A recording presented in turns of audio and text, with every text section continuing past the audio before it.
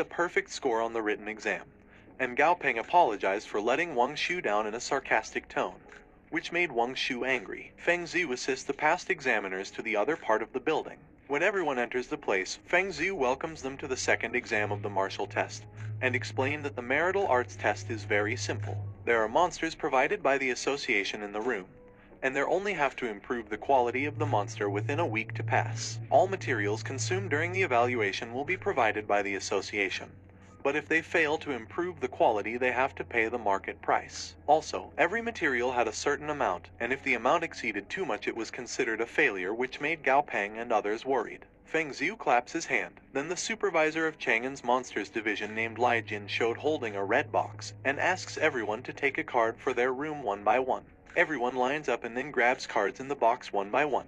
While Gao Peng was waiting in line, he thinks that there is no way to know what kind of monster he will encounter in this random selection process, and no wonder everyone said that the Monster Trainer's certificate is one of the most difficult certificates to obtain.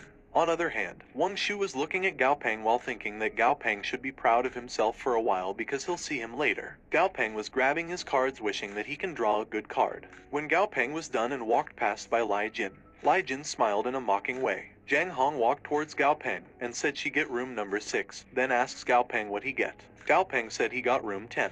When everyone had a room card, Feng Ziu asks them to find their room according to the room card they have drawn, and he announces that the martial arts examination officially begins. Gao Peng arrived at his room and meet the person in charge of room 10 named Zhu Yuan. Zhu Yuan opened the room. Gao Peng was nervous waiting to fully open the door and saw the ape monster behind the cage. Gao Peng saw that the monster's status was negative lesions and pre-abolished. Gao Peng asked Zhu Yuan what happened to the Red River ape. Zhu Yuan responded that too many experiments have accumulated a lot of waste and conflicting energy in the ape's body. Zhu Yuan tell him that the ape should have been eliminated, but there are no more monsters left in the association for him to train. In reality, before the examination, Zhu Yuan asked Lai Jin why he put the ape on the assessment list, but Lai Jin just responded that he shouldn't worry about it, because he have his own agenda. Then Lai Jin called Wang Shu to confirm that his work was done, and guarantee that Gao Peng will not be able to pass the martial arts test. Zhu Yuan said that the ape has been able to survive until now solely on its own perseverance, but the possibility of it being promoted is too low, and he can help him apply and keep the result of the written exam. Then he can take the martial exam next time. Gao Peng looked at the ape, then Gao Peng thanked Zhu Yuan for his kind words, but he decided to continue the exam. Zhu Yuan agreed, then left the room.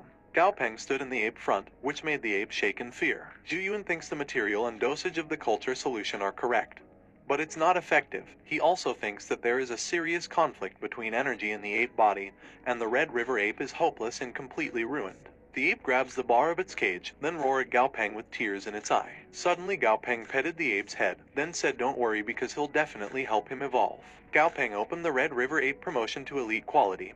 He saw that it have two promotion routes, the normal evolution and the advance of lesion distortion. He thinks that the normal way of evolution required too many materials to be consumed. Gao Peng realizes that the apes exceeded the number of materials given for the examination, and he knows that he'll have to take a risk. Gao Peng choose the advanced lesion distortion material and then write the ingredients he needs like black candle grass, undead monster crystal core, luminous powder, sulfuric acid water, skeleton mushroom, and grass knot. Gao Peng handed the paper to Zhu Yuan. Zhu Yuan read all the ingredients and realized that all ingredients are full of toxic. Then he asks Gao Peng if he's going to train the ape or kill it. Gao Peng responded that a serious disease needs a strong cure, and he assured Zhu Yuan that he knows what he's doing. Then he closed the door, leaving Zhu Yuan confused. Zhu Yuan thinks Gao Peng full marks on the written exam were just luck and he's another guy who can only talk about things on paper. 3 days later, one examiner was beaten by the monsters but still wanted to take another test. The other one almost made the monster promoted. But something went wrong, and someone was going crazy because his scientific experiments were no effect. On the other hand, Gao Peng thinks that the interface solution is correct. The black candle grass healed the wounds in the ape's body, and after eating black candle grass for 3 days in a row, the ape's spirit and condition reached a brief peak. Gao Peng also saw that the undead monster's cores are starting to take effect. Then Gao Peng looked at the key in his hand while saying he just need to put the ape in sulfuric acid water and soak it. Zhu Yuan give the key to him while warning him to be careful because the ape has been tested and tortured many times. Gao Peng thinks it's difficult for the monsters to communicate in complex ways without a blood contract, but he comes so far, and he can only choose to believe. Gao Peng tells the ape that he'll let him out, but he needs to be obedient. Then Gao Peng opens the cage, then order him to come out with open arms. The ape run towards him, which made him shocked, but the ape hug him. Gao Peng petted its heads while saying that they need to go because it was important to help him get promoted.